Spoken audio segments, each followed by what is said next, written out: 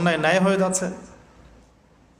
হক এবং বাতিলের চিরায়ত মানদণ্ড যে কোরআন এবং হাদিস, আল্লাহ রাব্বুল আলামিনের ঐশী গ্রন্থ, এই কনসেপ্টটাই বেশিরভাগ মানুষ গ্রহণ করতে চাচ্ছে না। এর আরও ব্যাখ্যা হতে পারে, দাসী সত্যি সত্যি মনিবকে জন্ম দিতে পারে, যেটার জন্য আমরা যদি সিঙ্গাপুরের মতো কান্ট্রির দিকে তাকাই তাহলে বুঝতে পারবো কিভাবে দাসী তার মনিবকে জন্ম দিচ্ছে। আমি আজকে ব্যাখ্যা করছি না। আরেকটা অর্থ হতে পারে, সত্যি সত্যি পিতামাতার সাথে দাস দাসীর মতো আচরণ করা হবে। বর্তমান সমাজে কিন্তু এটাও হচ্ছে।